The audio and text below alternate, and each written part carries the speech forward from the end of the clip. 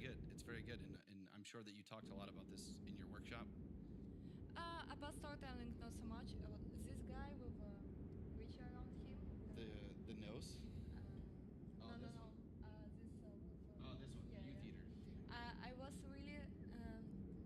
It was curious to see how people differently understand the meaning of it.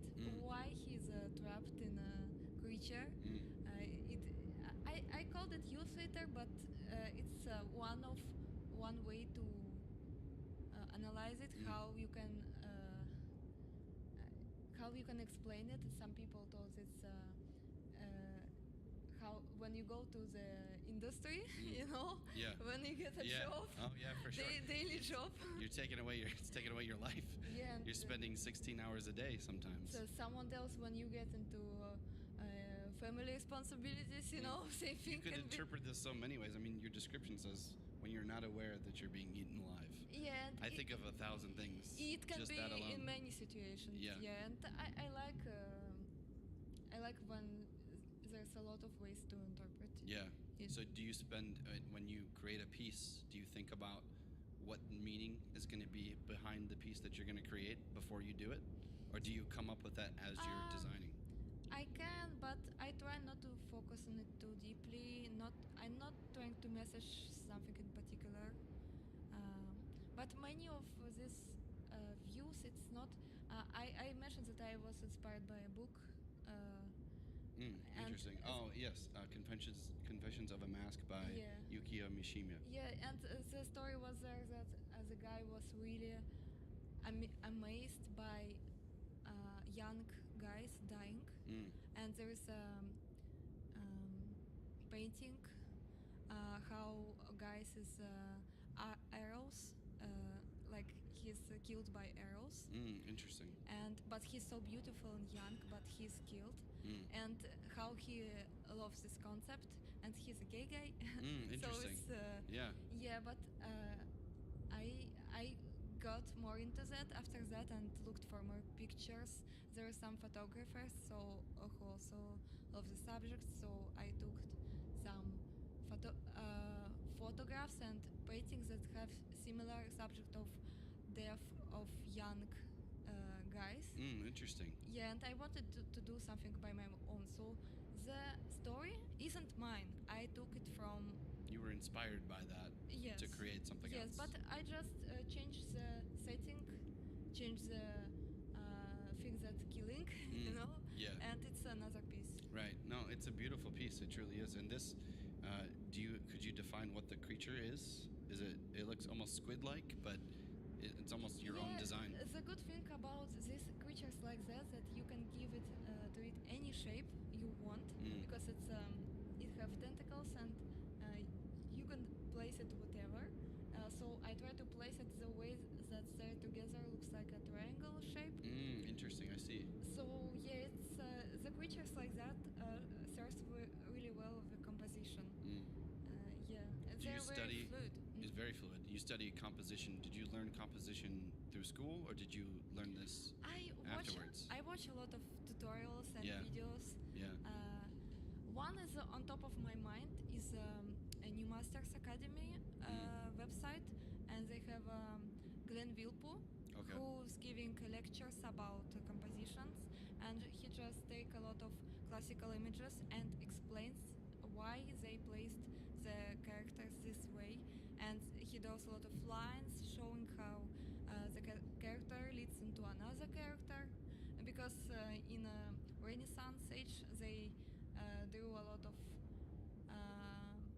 compositions that have many figures, and they all need to fit together. Right. And when you just watch how he explains the artist's decision one by one, you add a little into your mind, and it starts to make more sense to you after some time. But it doesn't like he told you the secret and I know that now and I go to create. No, it's like you adding drop by drop, and it's adding up, and after some times you finally can take something. Yeah, that's amazing, and it seems to be a very classical sort of way of thinking, like classically trained artists. I don't know if you talked to. Did you speak with Joe Mena. Do you know Joe Mena? Yeah. Yeah. Did you speak with him? Yeah, we did. He spent I know he spent a great deal of time Yeah, he learning was sculpture in Russia. in Russia. Yes, which I forget which academy. Do you remember which sculpting academy he called it. It's in St. Petersburg. I'm not very because I'm from Moscow. Ah, yes. He called it there is a sculptor Mukhina in Russia and some academy that linked to her. Yeah. Yeah. So yeah, there's some even difference between Moscow and St. Petersburg how they approach how to teach. Interesting. So there's even slightly differences there between the two cities. Yes, between cities because there are some artists who inspired one school and they look up to this artist, and another look up to another artist. Sure, that makes sense. I mean, you see that here. I mean, even a Noman might teach a certain way, that another school might teach another way, and there are different sort of schools of thought. Yeah, and when you go self-taught, you grab anything from everywhere. You filter it. If you don't like, you don't take it. Right. Yeah, and you grab only the ideas that you like. Which may be good and may be bad. It can be tricky. Yeah, you can go wrong direction. So this is why I mix, like I use both tutorials and also streams. Because streams and podcast also. Yeah. Because tutorials is more about tools, how to. Just how to do it. Yeah, they teach you directly, and streams or podcast helping you to make decisions. Yeah. And choose the direction where to go next. Yeah. Because you listen to a lot of stories, and they telling you how some person was disappointed in something, and you try to relate it to you. Yeah. Yeah, and. So on that, I guess on that topic, since that's what we're doing, did you find when you were training, when you were going through and educating yourself, what were the challenges that you had to overcome? Did you have any like learning sculpture? Did you have any training in clay sculpture or any time with sculpture before ZBrush? I think the way I went was I tried to propagate this way to people, but it's not the only way. But this is how I did. Yeah. So I knew that there's a 3D industry and you can do some Maya work, 3ds Max work. I didn't know about ZBrush much at the time, but my expectation was so low. I was ready to take any job, so I just didn't go to the characters directly. I just learned how to model like hard surface stuff, and I tried to achieve realism first, because when you try to achieve realism, you have a idealistic example how you should do it. Yeah. And you try to repeat it. Yeah. And I saw that because a friend of mine is studying in Gnomon. Gnomon. Yeah. Sorry. Yeah, it's okay. I have a hard time saying it too. And she did a task with the modeled bar. Okay. So it's a real bar, but she tries to replicate everything there. It's hard to replicate perfectly. Yeah, but you know they just started to study, and she did the task well, and I did really similar task. I modeled a room, and I tried to make it realistic, everything. So this stuff you can do. It's easier to do than characters. Yeah, right. Yeah, it's more technical, right? Yes. It's more about learning which buttons to press, being able to see it and understand that it looks real, know that it's good, and know when it's not good. But with characters, it's more. There's more to it. There's a lot more on characters, and you can do like guns, props, and it's easier. You just figure out how to make modeling, texturing, UVs, and rendering. Yeah. But you're not worried about anatomy and design, not so much, or because you're using composition of just arranging a scene, even like having a character that has a good pose, a good form, and all of that. Yes, you can just, if you're not sure about composition, because when you do a room, it's also about composition, because you need to place objects, but you can just use a photo and it will help you. Right. Yeah, and so first I did this stuff, and it helped me to be hired to the first studio. And yeah, I actually went to the school in Russia, but it was intensive class. It's 5 days, teacher Vadim Barzenko. He helped me to get my first job in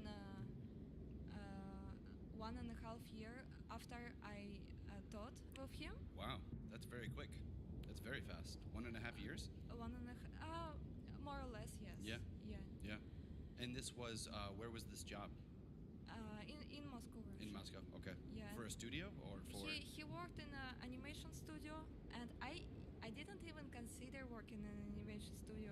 I was thinking like maybe architectural and or advertisement. I was just thinking it's easier to get, and and the first job was animation studio. I am very grateful that he invited me, but it's not like I was teaching and he invited, but I did some portfolio. I did these images with a hard surface and realistic render. Okay. And it really helped me to start. Oh, that's amazing. So then, not having an I mean, you were expecting to go to advertising and maybe in architecture, but animation was maybe. Is that what kind of led you down this path to start being introduced to character modeling and character sculpture? When you get into animation, you see that there are two ways you can go. You can go to locations, or if you are a modeler, and you can go to characters. So we had a division. Yeah. But both of us were using ZBrush, and one of my first tasks was to do Chinese line. Oh, wow. And Chinese line is very about gesture. I was talking a lot about gesture on a presentation. Yeah. And the cool thing about Chinese line, it's not accurate anatomy. So if you don't know anatomy, that's okay. Yeah, it's actually better. maybe. So you can still do it really well, and not knowing anatomy, but just if you just get the gesture concept and try to do these S shapes or C shapes, to do this twisting, and I watched accurately to references and copied, and it at the beginning it helped me to get into this concept of gesture, and also at the same time I went to gesture drawing. It was in a building nearby, so after it was really intense time. I still studied at university as a psychologist. Oh wow! And you're doing this as well? After it, I went to the work. That's a lot. And I worked on the cartoon movies. And after that, I went to gesture drawing sessions. Yeah. And yeah. You have very good work ethic. Very good work ethic. Just to go from that, to turn your brain off from this and then go to this is a lot. Yeah, but psychology was pretty chill. It's not like my brother now studying mathematics. Oh, really? And he's so busy. Yeah. And on the latest years of university, you work on a diploma and you are not so much busy. Right. That makes sense. And I do see with a lot of your work, there is a really great, I mean, you have a great combination of gesture and anatomy. I mean, but clearly you're kind of willing to, with some of your stylized pieces with, say, creatures, you're playing around with form and muscle form, but you're sort of gesturing, just motion almost with the sculpture, actually pushing on the surface and doing a lot of handwork, which really shows through your work. But then you do have anatomy pieces of, the very like scientific almost breakdowns, which is very, very cool and very amazing.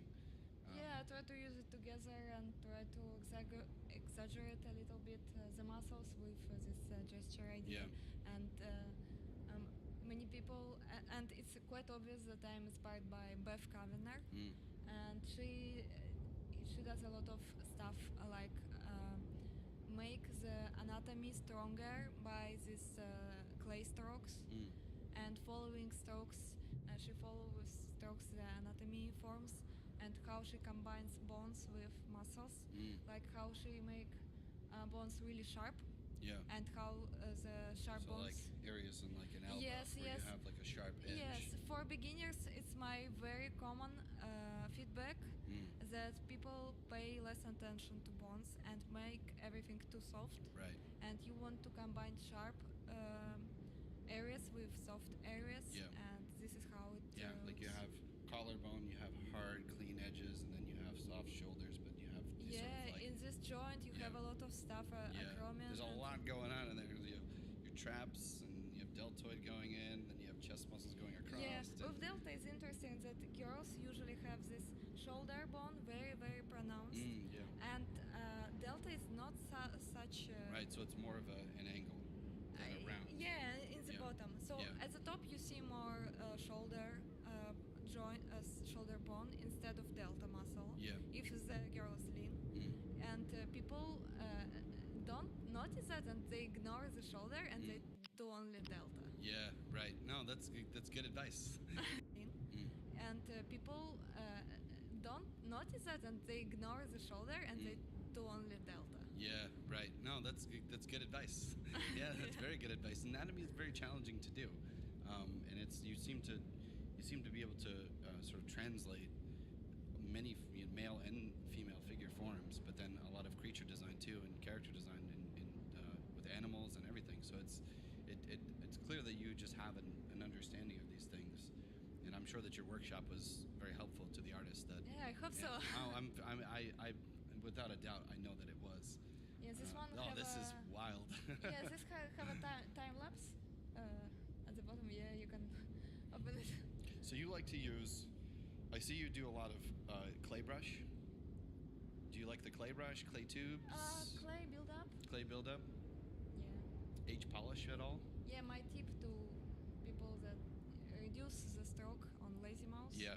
And you won't have squares. And right. Many people do it like that. Right, but that's a good way, because if you don't like the squares, if you don't like the texture, the clay brush just smooths it out. It's softer, right? But the clay tubes gives you that sort of like square-like texture. So it's different ways of using the same kind of brush.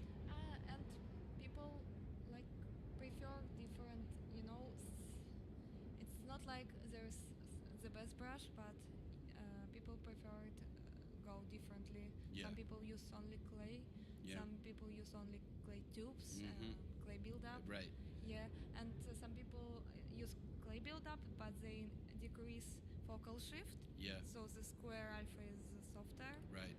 And some people do what they do. They took the square alpha and blew it in Photoshop. And so they soften it up and make it just without the hard edges. Yeah, but but I agree that having some alpha helps. Round or square. Yeah.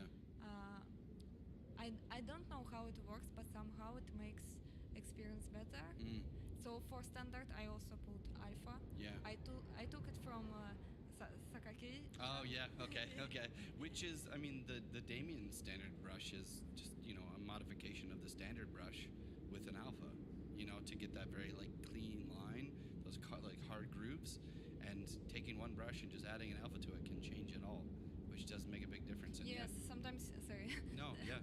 Sometimes people show tricks how they change the brush, and we love it. Yes, you saw by the effect. Yeah. Yeah, and try to implement it into your set. No, I nerd out over things like that. I love just minute changes, like little tips like that make all the difference in just the way that you work. And a lot of artists seem to use maybe 4 or 5 brushes, but making slight modifications to each one can sort of create your own style in a way, if you sort of work in a different way and experiment with different settings and things like that.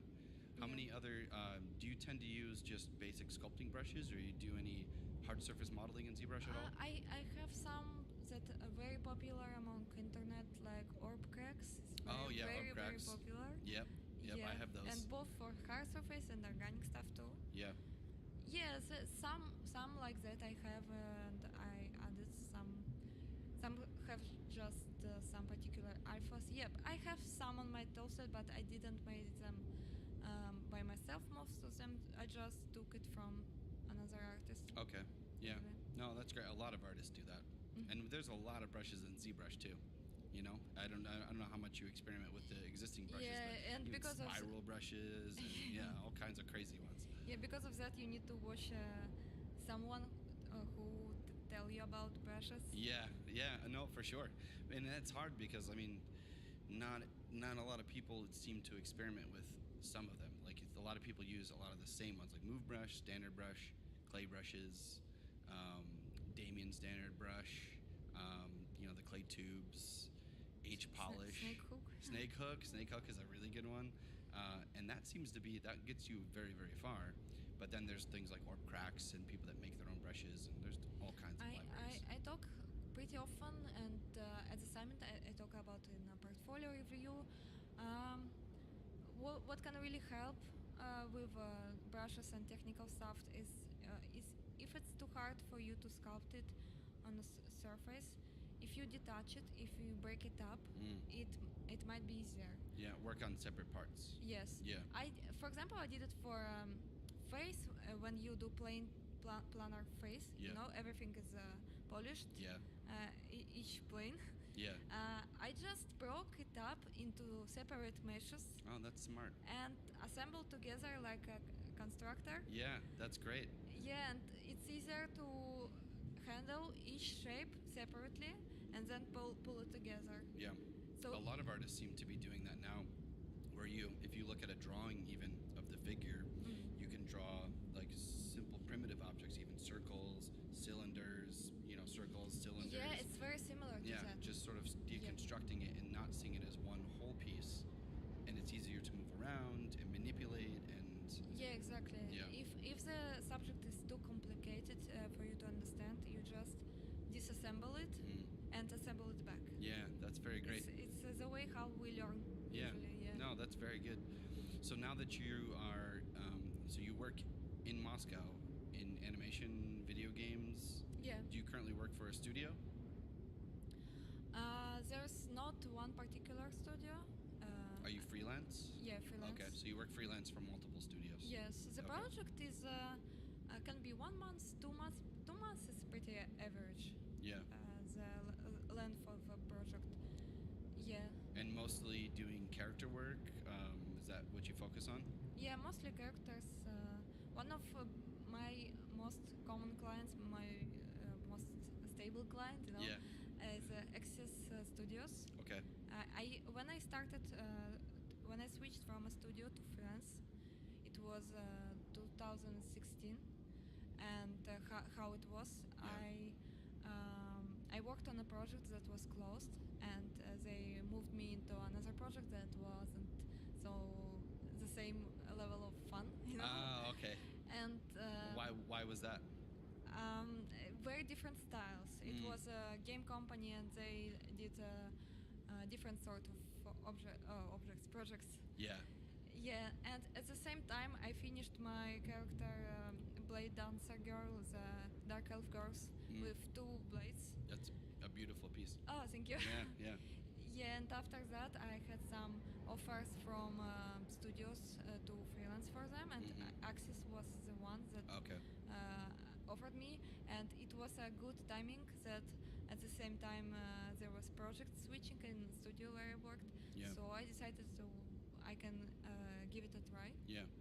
So this is how I switched, and I was really lucky that the studio Axis was the one that I started to work with because they're very organized and my experience was very smooth.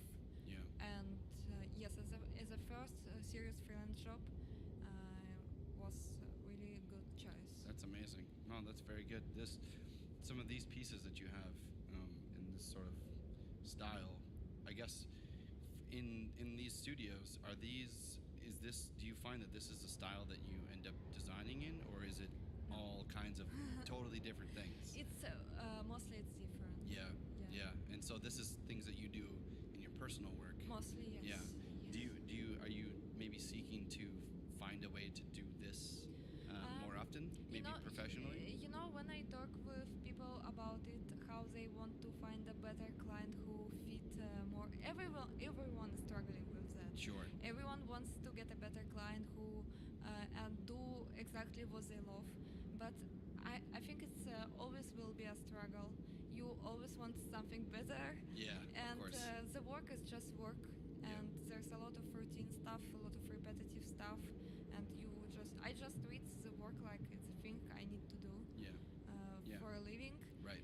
Yeah, and it's still fun to some degree. I mean, you're not working in a coal mine, or it's still creating this kind of stuff, which has its benefits. Yeah, for work it's usually typos. Yeah.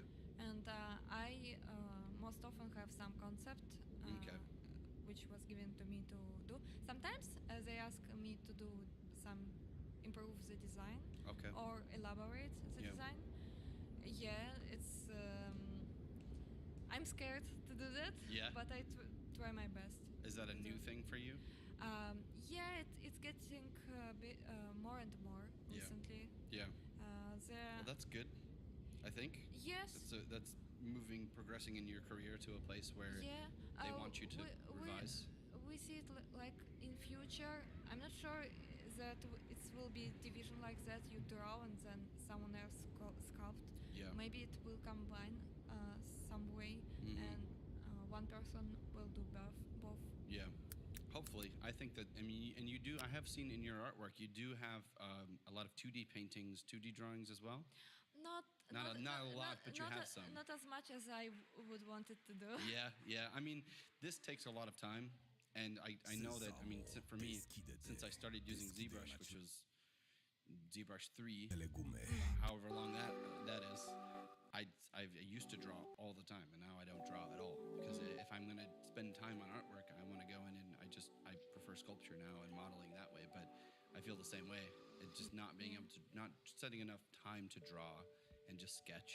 Yeah, the worst thing is, so when you draw for some times, you see some improvement, and then you are busy with something else, and Yeah. you stop to draw, and when you come back to it, you see that you lost some Yes. abilities that you had already, Yeah. and you need to get how to say get it again. Right. And Right. yeah, the consistency about drawing and sculpting both is very very important. But Yeah. with the sculpting, to be consistent is because it's a part of my job. It's I'm okay to be consistent with sculpting, but drawing it's another thing. Yeah. I understand. So for you, then, I guess moving forward, I'm just curious too. Before I go on to that topic, but in Moscow, you have animation games companies. How many? Are there a lot of people in Moscow using ZBrush? Sure. Yeah. Sure. Yeah. Before ArtStation had a search, like you can pick the country Russia and Yeah. see how many people are from Russia Yeah. on ArtStation Oh, wow. comparing to US. Oh, interesting. Yeah. I've never actually done that before. America had, as I remember it, was like 50,000, like that, and Russia has less, but not much less. Not much less. Yeah. So there's quite a lot actually. Yes. Yes. Yeah. Maybe we should do the ZBrush Summit in Moscow. Yeah, we have some conference and Yeah. some Yeah. of them are really great. Yeah. Do you go to a lot of conferences? I used to go a lot, and now I go less. Yeah. Yeah. I mean, I'm sure you're busy now with work and, and also, I mean, you coming here to the summit we're glad to have artists like you from so far away to come here, just because this is something that, like you mentioned, the United States doesn't have necessarily the same style. So it's unique for us to see things like this, and it's actually very inspiring, I think, for a lot of people. Because like you said, we tend to just make what we see, and if all you see are the same monsters and the same styles and the same designs. No, I think Americans, the artists you have, a lot of very inspiring examples to me. It's not like I mentioned that I am inspired by Asia, but it's what I'm picking. But I look at American sculptors also. Interesting. Simon Lee's. Simon Lee, yes. And he posted so often to Instagram, and I always check and see more and more. Yeah. Who else do you follow that you can think of? I mentioned in a presentation Iris Kalakontis. It's also a traditional sculptor. Yes. And I've tried to follow a lot of traditional sculptors because on ArtStation they're not often.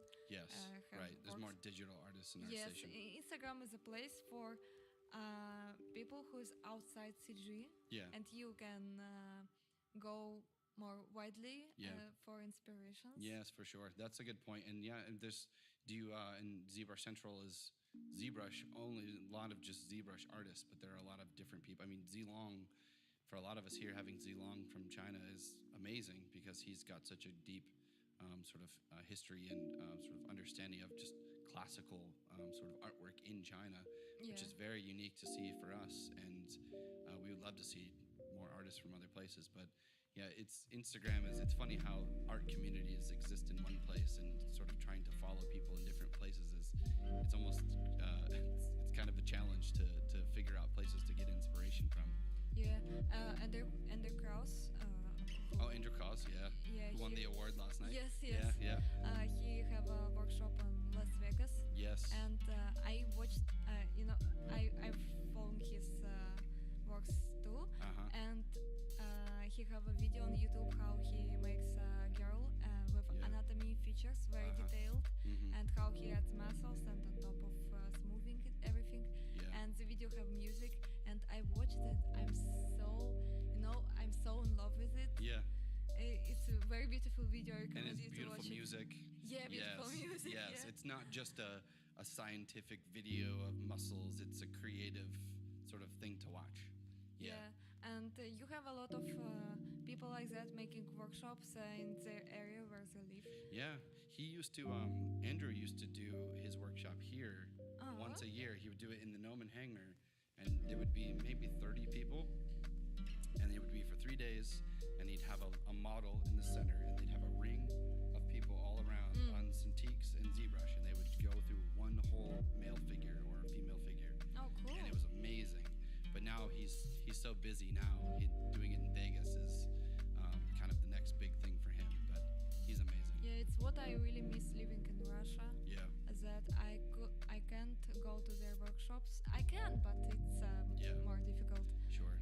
Yeah, but you have so much things like that you can't get on the internet. Yeah. You know? Sure. Absolutely. Well, I mean, you put out.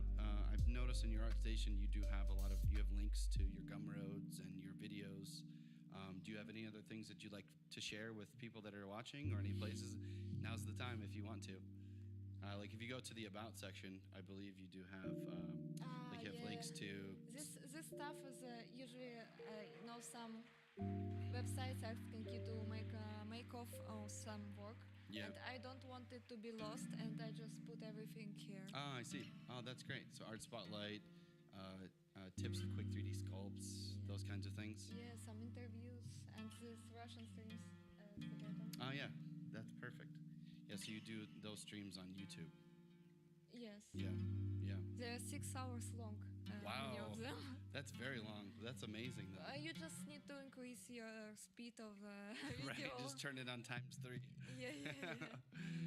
Well, I don't want to take too much of your time, but thank you so much for talking about your artwork. Thank you for having me. Yes, no, it was a true pleasure, and today's the last day. So we have, I think, one more presentation, and I guess you go home tonight or tomorrow? No, we spend a week after. Oh, that's good. We want to go around Los Angeles. We're first time here. That's good. You should. Yeah, you've been doing way too much here for us already, so you should enjoy the city for a little while. Well, thank you for coming on. It was a pleasure to have you. Thank you. Yeah.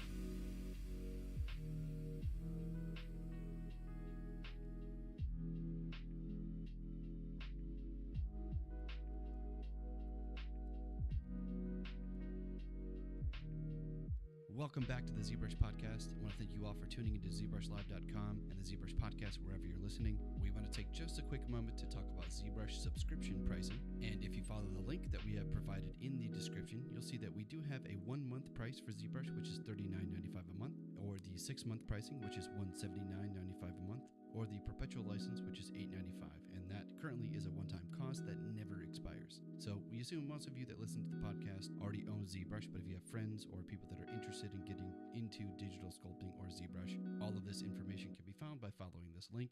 And for all of you ZBrush podcast listeners, we would greatly appreciate any reviews, comments, or feedback wherever you're watching these episodes or checking out our shows. Also, of course, likes and subscriptions would be greatly appreciated, and we already appreciate all of you that have already done so. If you have been tuning into our content on zbrushlive.com, we have a very special, unique tool for you using Discord. So in the description of this episode, you'll see a sign-up link, which you can sign up, and you can join the conversation with all the ZBrushers out there that are using Discord. And and it's a great way to just communicate and connect with other artists and creative people like yourselves. So we thank all of you ZBrushers out there for your continued support. So that covers all the information we wanted to share with you. We have an exciting episode for you with our guests, Ashley Sparling and Sebastian Giroux.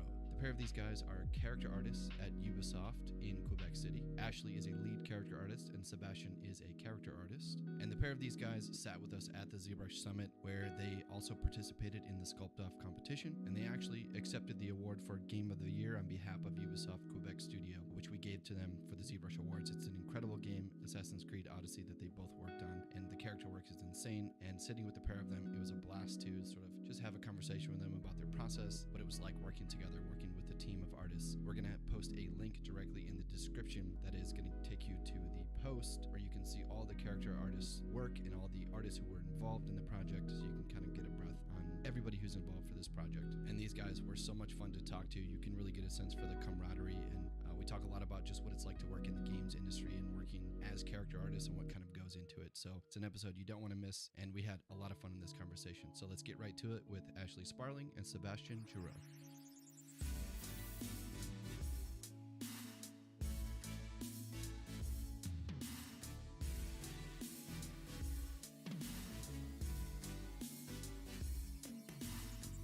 My wife is like, she's really cool. She comes and like gives me crits and stuff, and That's like, awesome. Like, she's not an artist, but Yeah. I trust her. She's She's just, got a I good don't eye. like that. Yeah, it was like, yeah, your first one was better. I was like, okay, I've just like spent kind of eye. I just had like 3 hours on this like on my life, and then the second time, like the third time, it just everything kind of like worked, and I did like a few measurements for things and things, and yeah, and like when I ended up doing it the third time, and I had like half an hour left, and I was like, okay, if I can get this with that time, okay, I'm happy. I'm happy. Yeah. You And can then- sacrifice that.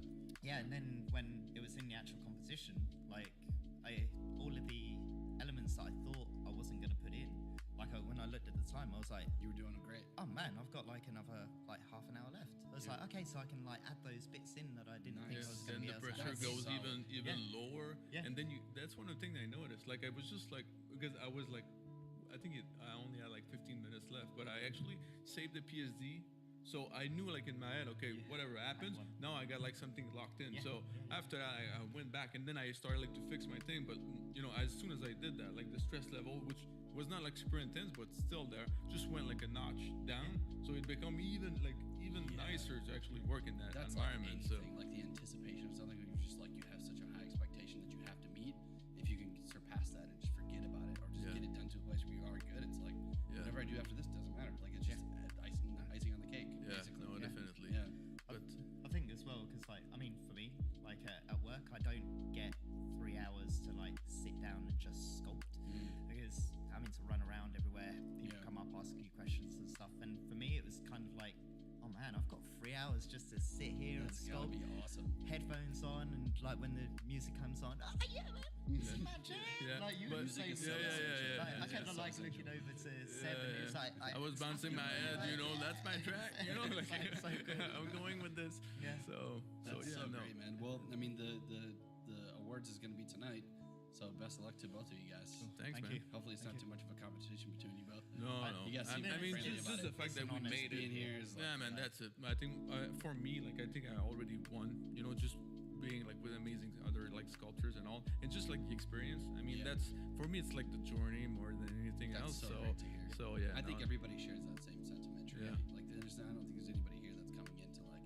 really just want to like destroy everybody. They just want to be here, and everybody seems to just love it. No, that's it. That's Nice. it. And I think you're the same. But like, you know, it's been like what, like 2 or 3 years or even more that we've been like watching the summit and the Sculpt Off. Yeah. And every year we're just like, oh man, I wish I could, you know, because there's nothing worse than seeing someone doing it, and then you just, I don't know, you got like this You're like, oh, hey, come I on, want to jump in and I want to try it out. try it out. And to be honest with you, I was like applying, I think at least like 2 years Yeah. before like this year, and I wasn't like picked up. So it was like, it's not like for the lack of trying. It's just Yeah. like it It's- wasn't clicking in. So Yeah. when it clicked in, like for It's- this year, man, that Yeah. was That must have been so awesome. And man, for that was it. both of us to be in it as well. It was like, oh man, like all that time that we were like practicing speed sculpting. Yeah, we that's get it. to actually That's do it. it together. That's so which right. Because he was pushing me since he actually came to the summit last year. He was Yeah. like pushing me to say, Seb, "Man, you gotta got go, to gotta show go." up. You got to show up like next year, man. It's gonna it's amazing. So you're missing out. So Yeah. so I was just like, I don't know, dude. And I don't know, dude. and I was just like, yeah. And since I tried like 2 other years before, I said, I get the feeling that if I don't get picked up with the sculpt off, it might not happen because I needed like that kind of like strong reason to go. motivation. To go. And then my girlfriend was really amazing because as soon as I heard that I was like being considered to be for the sculpt off, then I was like I rented like a chalet and we're like in a date away with the kids, and I was just like they asked me like to, and she was just like, okay, I'm gonna pay for your trip and you're gonna get there. And I was That's like, so sweet of are her. you? Yeah, I was like, Yeah. oh, are you for real? And she was, yeah, it's gonna, because my birthday is coming up and all. So I was just like, man, everything is aligning, So I got to Stars show up, align. man. I am. Man, that's so That was- awesome. yeah, That's yeah. really beautiful. I love that. Well, I Yeah. mean, you guys are great. We love your energy. I mean, you guys are obviously bringing something here that like it's a special experience. I can definitely tell. Yeah, That's no, awesome, it's man. yeah, no, I'm it's happy great. for you both. That's thank really you. great. Oh, thanks. But Not man, right now.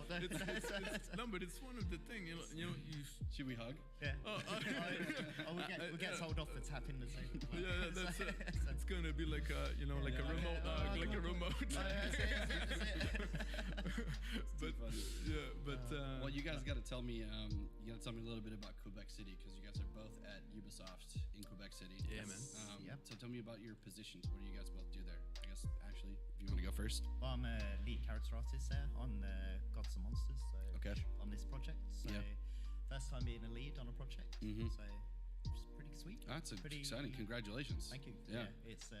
It's crazy, but it's I can imagine. It's amazing. Yeah. Like, I love it. and he's doing an amazing job too. I mean, That's great. for someone that got like in the kind of a quick position like that, and with such kind of mandate, I think That's he's great. rocking it. Man. So How about you, Couldn't do Seb? it without you, man. I'm a senior character artist on Gods and Monster with him, and So you guys work pretty close together. yeah, pretty Yeah. much. Yep. Because the studio is not that big. No, I had to So- run across the thing. Yeah, we're not like, physically together. Yeah. But yeah. How big is the studio space? How many artists do you guys have? I mean, character artists? Yeah, character artists, Like- environments, all of that. Oh. I mean, that's a for good characters, with as 9 of us, Yeah. Okay. and Yeah. environments, oh man. Probably quite a lot. Yeah, a lot Triple more. that, maybe. A lot more. Yeah, I think how many in the studio? It's like 400. Yeah, we're 450? tempted to say something like that. Yeah. So, Yeah. but So you yeah. guys are close in terms of you're communicating via Slack, maybe, or like yeah. Well, No, it's just it's, because like 'cause we got the two- way the two- production works, Yeah, we like got we're two like kind of teams. separate. Yeah, kind of. It's like like- per cluster or like. Yeah. Yeah, it's kind of like hard to explain, but basically like we got like a different kind of teams within like pods, and basically we're just like not physically sitting together, but we're just like basically at two other ends of the building. So I see. Yeah. so you just So need. I'm never at my desk. I'm Yeah. like always running between like the Checking teams everybody and, else. Yeah, like, and okay. then running upstairs to the gods to make sure they're all happy, and then running back down and Giving your like, offerings. And yeah, I think I do like about like 10,000 Yeah. steps in like a day. That's like, pretty great, that's man. how I, You like, got- you- track it, yeah, man. you- Like, Do you got you? like those my muscular thighs and legs, that. man. It's- and everyone's like, you never walk anywhere. It's like, ain't got time to walk. Like, That's it. But yeah, no, that's the thing. So you never know, like, if there's an emergency with Ash, because he's just like running all the time. So you just like that, Just smile that's a and just regular. run. Yeah, Like- that's it. That's great. Well, I feel like that's a good characteristic in a lead, because if you can just make everybody seem like at ease and not feel like it's crazy, Yeah. that's got to be a big help. Because Yeah. if it's like sculpt off like tension all the time, Yeah. it's probably hard to get work done. Yeah, no, I can definitely. imagine. So you guys, we can talk about. I mean, God of Monsters, you guys can't talk too much about. That's a new story that you guys are working on. Yeah. yeah. But your last project was God of War. I'm sorry. God of War. Sorry, Oh, yeah. I had said I Raphael wish it Rossetti was God of today. War. I didn't remember what we're Assassin's doing. Creed Odyssey. welcome. Yeah, Grassetti was amazing. Grassetti, man, was Yep, really it was amazing. Yeah. It was, the team did a really great job. Odyssey, Assassin's Creed Odyssey, which Yeah. I actually just got into myself recently. I was so late on it, but man, it's a great game. It Yeah. really Thanks, is. dude. Yeah, it got a lot of high praise. IGN still talks about it. So, wow. yeah, for sure. I listened to a couple of their podcasts, and a lot of those guys over there love it. Yeah. Yeah, but yeah. So, can you guys tell me a little bit about what you guys worked on for that project? Yeah. So I mean, we did pretty much all of the characters. But it's probably like the only game I've really worked on where we hadn't outsourced anything.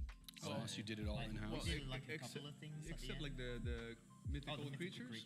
But That's the only thing that we didn't do in-house. But all the rest of it, like NPCs, main characters, outfits, all that. Yeah, all internal. that's amazing. So you guys do, in terms of, you guys don't work in any conceptual design. You guys are working on production assets, right? Yeah. Okay. So because we like have concept artists and stuff like that. But of course, like it's always kind of loose depending on what we're working. Sometimes we'll just do like back and forth. Let's just say like the concept artists come up like with the concept, then we'll do like kind of quick sculpt, and then after that send it back. Sometimes not all the suits, but some of the suits might get like that kind of treatment. So kind of like revisions back and forth. Yeah, it's like kind of try to leverage like the 3D side, like basically the character artist side and the concept artist side, because you know both of them are artists, and like a 2D concept might work, but a 3D one might be.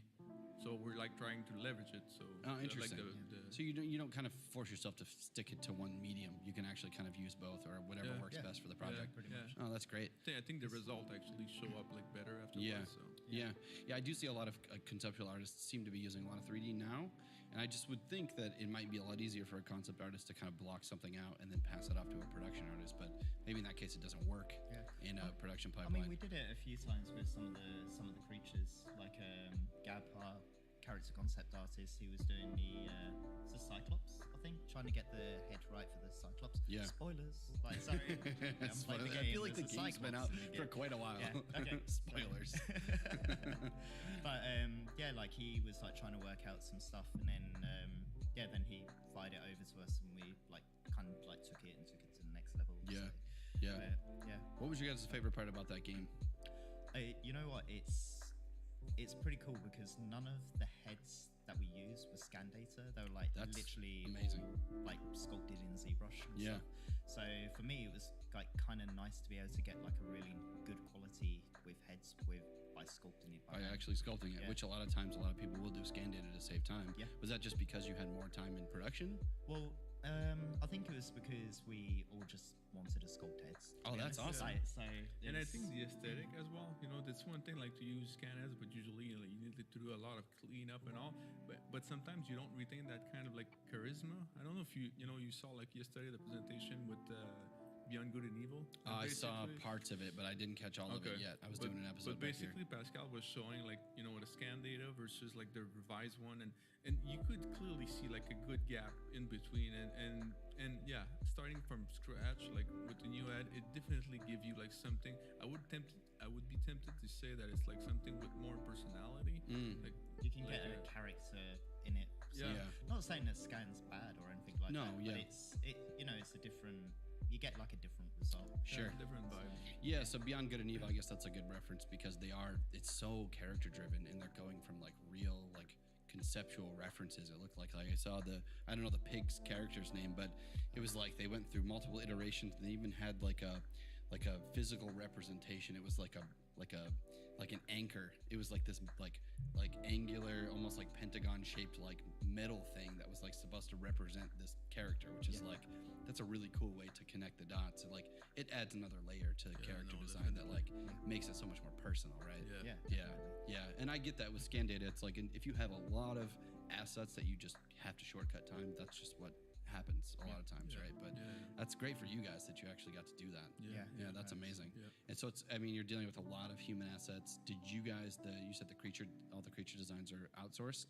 Yeah, so it's just due to time, we kind of kept because the system for like when we built the outfits, it's not a normal system that you're used to. It was all built on like a layer system. Okay. So literally, you could have like any belts with any torso with any cape Shoulder with pad shoulder pads. Helmet. So it's just like it was a system really like thinking about like to customize as much as you could. So on top of just having like texture swap, you could have like elements like he was saying, like torso piece with like shoulder piece, you could mix and match, and because of that you could populate as much as on the hero as much as in the world on other characters like that's NPCs amazing. and stuff like that. So you got like a lot of diversity. What kind of tools do you use for that? Is there like do you kind of just visualize that with images, or do you do that with like 3D? So we had like an in-house tool that our tech artist, character tech artist made, and it was, sometimes it was a little bit difficult to be like, okay, is this actually gonna work? It worked out. It was like kind of a lot of work, Yeah, but a lot of bug fixing. yeah, A lot of bug Yeah. because it's not like the usual. Okay, it's clipping, so we just move the vertices. Because if it's clipping on this piece, it might not clip on Right, on because 7 it's being others. swapped with the other Yeah, ones that are exactly. different. So the whole approach was like quite different. I But see. basically we would just like usually we would just like have like one concept of a full outfit. We would create it, and then we would like Test fit it, it, and then try to make it work with all the other. Yeah. We had like outfits. templates to use and build off of those templates. Oh, that's amazing. Yeah, we still use like ZBrush and primarily I just use ZBrush and Marvelous Designer and Yeah. retopologize in. And then rework all that Yeah. stuff. Yeah. So you guys spend, and that's a big project where you're spending a lot of time with like clothing and drapery and just like that kind of stuff, Yeah. right? You bet. Yeah, Yeah. creating Yeah. ketones and animations that like, man, like because it's like a certain way that you have to like fold the cloth. And Right. We got Yeah. taught how to fold Wrap the stuff and ketone fold. properly and stuff. And Greece was pretty much all about drapery, like Yeah. all that, like those kind of.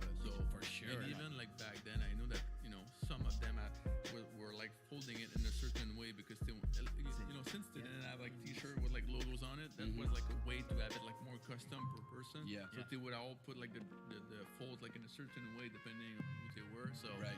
So So kind that of get was- like a sort of aesthetic that works for like specific characters, Yeah. and the other ones have different ones. Yeah, definitely. It was really hard as well because like we're so used to like when creating characters to be like putting like loads of detail in and like stitches and stuff like that. But because it's like based on real life Greece, like a lot of the time we couldn't put stitches in things or couldn't make trousers Yeah. because trousers didn't They exist. didn't then. have those. Yeah, and like with stitches, like you couldn't do like literally like proper stitches. Like you would have to be like, okay, it would be like pinned in and stuff Oh like that. yeah, So it's, interesting. yeah, Yeah. so it's like its kind of own like form language and Right, like, and you have to sort way of figure doing that out when you're going through like sort of design choices, right? And figure Yeah. out how to apply that stuff when you're sculpting or whatever. Yeah, 'Cause a lot of yeah, that is pretty just mapped out. I guess you're using maps to extract out those things and have it show. Yeah. Yeah. Yeah, that's interesting. It's great that you actually can. There's sort of like a historical element in there too, where you kind of like you probably get to know more about the style of clothing in that Yeah. era than you Yeah. ever would. But let's face it, like with stuff like Marvelous Designer and all, since we're Yeah. actually like it's all a flat like pattern, basically you need to understand how the clothing is How's it actually gonna made work? to be Yeah. Yeah. so that it will react properly. So that's why there's no choice but just like to try to dig in and then try to investigate how to create that. So, Yeah. And the thing is, you can't fake it because the moment you try and fake it, you can tell it doesn't look right when you're like looking at it in reference. It's like, okay, just that's not right. logically Like, doesn't make sense. Yeah. And since they're barely wearing anything, Yeah. I mean, That's it like- shows that up. is That's the what first it's thing that gonna be, shows up. like- Like it's you cannot hide it with like other pieces. It's Yeah. right there. So Yeah, for sure. Do you guys spend a lot of time like in the ZBrush side? Do you guys have like I always wonder with studios, do you have do you guys create libraries of brushes or things like that, like sculpting seams brushes, where that you guys share these kinds of assets and work on these together? I mean, we've got like especially yeah. for the clothing stuff, we've kind of like got like a certain package of like brushes that we use. Yeah.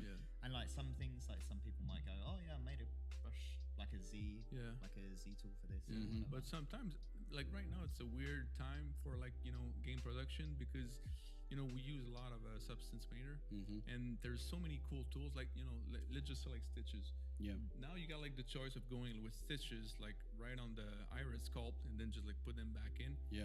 and then like baking this up and then that's it. Yeah. But then you got like the other option, which is actually you go to Substance Painter, you do like a stitching brush and then you put like a height on it so it bumps out. Yeah. And then you put it so okay, now the stitches like from the distance that we look at it are way too big or way too small. Yeah. Then you could just like change it right on the fly. If it's Yeah. baked in, then you're stuck with it. Right, And I the other see. thing is like by painting it like that, you can actually assign a specific color to that.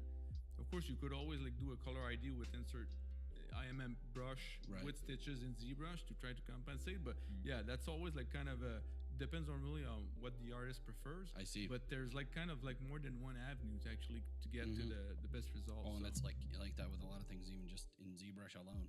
You know, there's a lot of different ways you could do one thing, right? You see that a lot with like the sculpt off. It's like best thing about it is everybody's kind of trying out their ways of doing stuff, right? Yeah. But the way I see it with ZBrush, I always thought it was like almost like a, you know, I've been always like doing like martial arts, like Muay Thai and that kind of stuff. And I felt like ZBrush is really like a, you know, like martial art, like Kung Fu.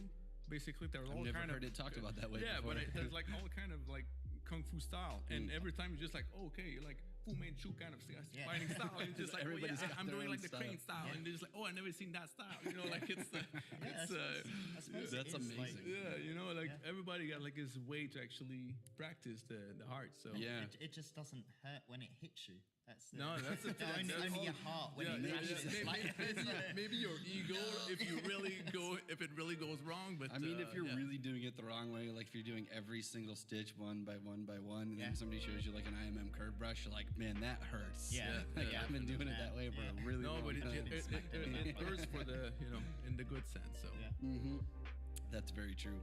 It's very true. Yeah, I'm just always curious about that. Do you, as far as Ubisofts go, like watching Ubisoft Paris yesterday, they were showing similar stuff, showing Marvelous, but they were using a lot of Z Modeler to do things like signing in like specific things for seams. I don't know if you guys watched their presentation. Like that kind of stuff. Do you guys share ideas and things like that across each other? Or are these kind of like localized to just your internal teams? I think within like different studios, like we don't really get to interact that much with, unless we're all working on the same project. I mean, sometimes like a team from like another studio will come down to a specific studio just like for a few days just to check around, but it's really like really in depth. It's like more like the big picture, how the pipeline works.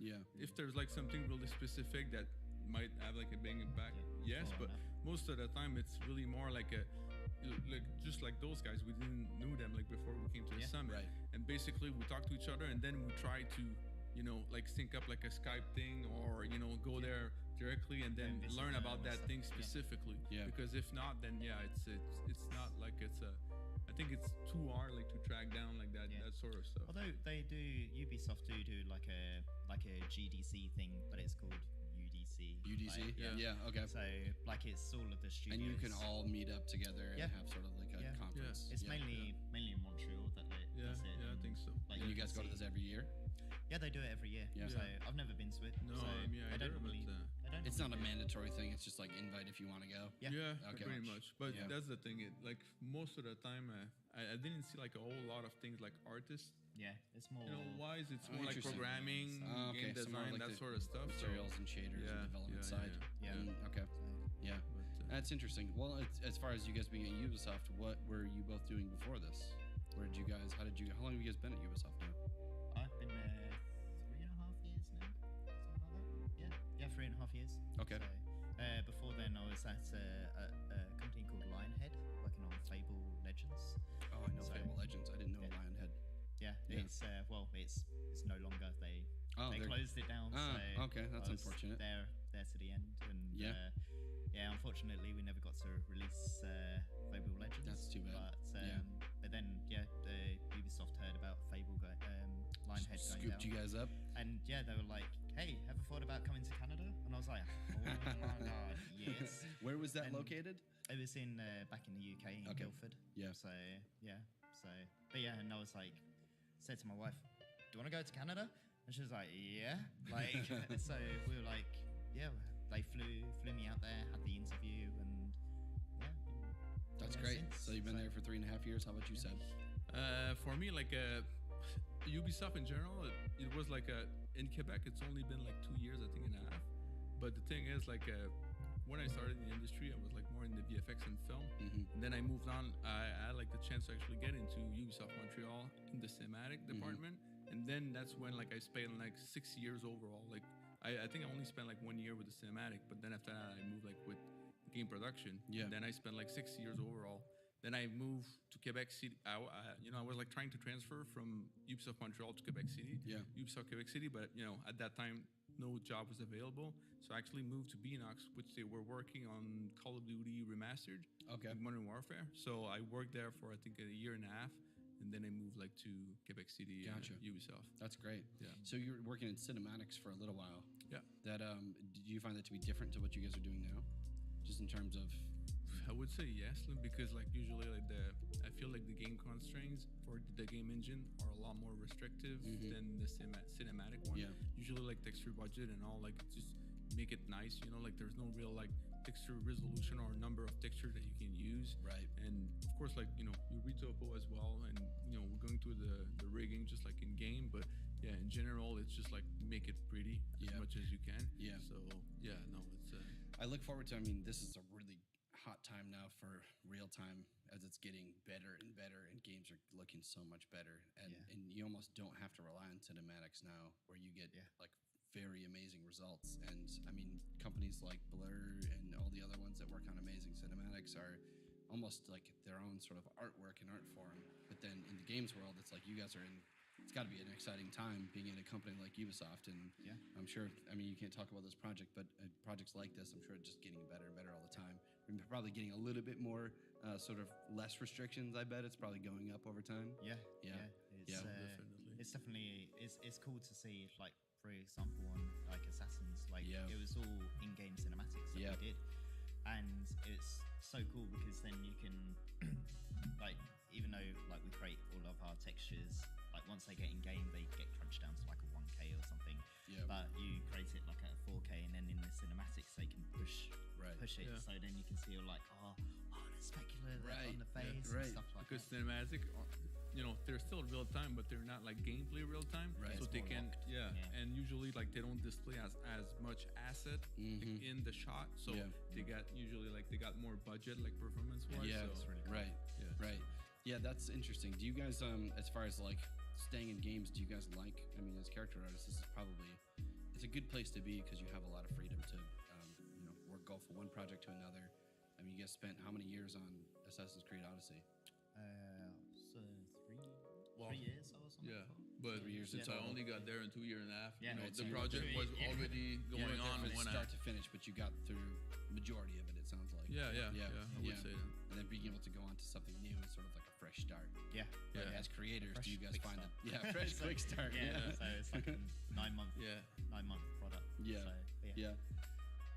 Have you guys ever considered going into visual effects or going into film at all?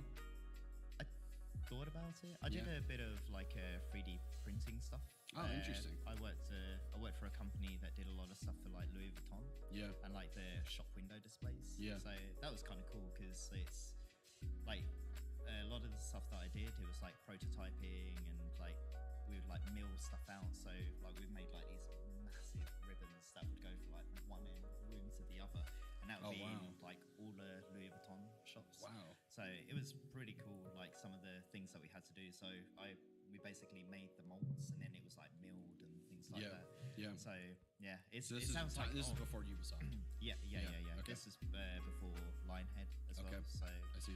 So yeah, I'm just like, you never know what you were gonna like get on your plate. So like I'd go into work and be like, hey, yeah, we need a really big chocolate pudding that somebody needs to jump into.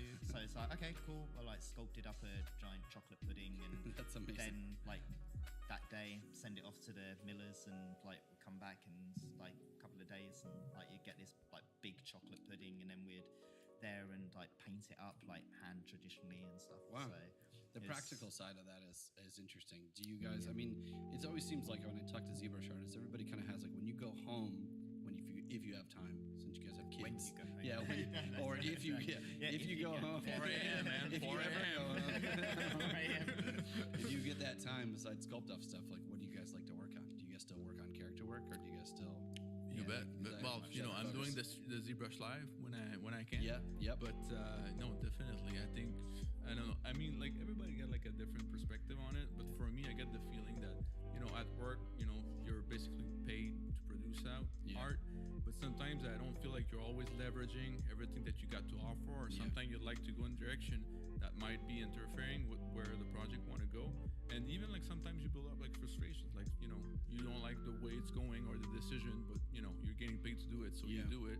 So I think like having something at home that release from you, basically, okay, today was not a good day, but I know that when I'm coming home, I'm going to be working on something that really, I'm having a lot of fun. So I think that's a good release, and even like a LT thing to do. So because of that, it keeps your creative juice like alive. And definitely. Like for me, like I'm always working on something that pushes me even further. So I think that's, as artists, like artists really need that fulfilling kind of feeling. And you might not always get it in a career, in production, no matter what. That's gonna happen for everybody. But it's kind of keeping things on the side, having projects on the side. Like I've got a hard drive full of just stuff that's like I'm always kind of working on, like things like I forget about this, I go back and add some stuff to this. It's like it's never ending, right? That's the best thing about having ZBrush as a tool. Just jump into it. Yeah, for sure. Like for me, like I do, like if I've had like a really bad day at work, or not really bad day, but if I've like had to look at Excel sheets all day or something like that, and it's just the most fun thing to do. And I come home and like I say to my wife, I just really need to sculpt something, like just to keep my creative juices flowing and stuff. But so she's pretty cool. She lets me sculpt. She understands that I need to. That's awesome. Do you guys just like watch TV and you sculpt kind of thing, or like she's like? No, she's normally in another room, and I am. But I teach as well. So like in the evenings. So that's great. So like she hears me in the other room, and I'm not exactly like Paul, but I'm like when I teach, I'm like quite eccentric to keep people interested. I can see that. I can see that. Yeah. So but no, it's cool. No. Where are you teaching? You're teaching online? I teach I've taught at a few places. Taught at the Games Art Institute and with Think Tank, but at the moment I'm doing XMD Academy. Oh, great! So I've created a course over there. So that's fantastic. That's really essential, because people that work in the industry, there's only so many places you can get that kind of information. And it's like you can go to a university, but there's so many schools. Nolan's like one of them, and it's one of the best place to go. But it's here, and not everybody can make it out here. It's like online and doing what you do, going on ZBrush Live is like we seem to get a lot of positive reaction from people to just sharing stuff as much as possible. Yeah, and I think seriously, I think like I grow through this as well, because oftentimes, and I think it's the same thing when you got like students and you're teaching. Sometimes you'll get like questions or like stuff that how do I do that? And it's like the kind of question that you would never ask. Like the way that you did your thing, you never went through that route. But the fact that they ask you for it, you're just like, that's a good question. And then you might find like another tool that you would have never thought of. And I think you grow through that. That is a part of the learning process, right? I feel a bit bad sometimes, because sometimes my students like ask me, how would I? It's like, for example, I'm doing a hair course, and they would like, how would you do dreads? And I was like, I've a dread before. It's like, okay, let's come on, let's figure this out together, guys. Let's give it a go. I'm learning with you guys. Come on, let's I find myself doing, anytime I don't stream as much as you guys, but I find myself when I do a GIF on ZBrush Live, and I just kind of go through and I start something, and I get to a point where I'm like, I've never actually done this before, and you kind of just go through it and like, I'm just gonna try this out, and if it doesn't work, it's kind of okay, because you just go, I probably won't do that again. But and even sometimes, like I remember like some cases, I was just like, I know, guys, I don't know, like I went to this thing, I'm trying to do that, but it doesn't work out at all. And then someone in the chat would say, but no, go there and try this, and then I try it out, and then it works. I'm just like, oh man, where were you during all that time?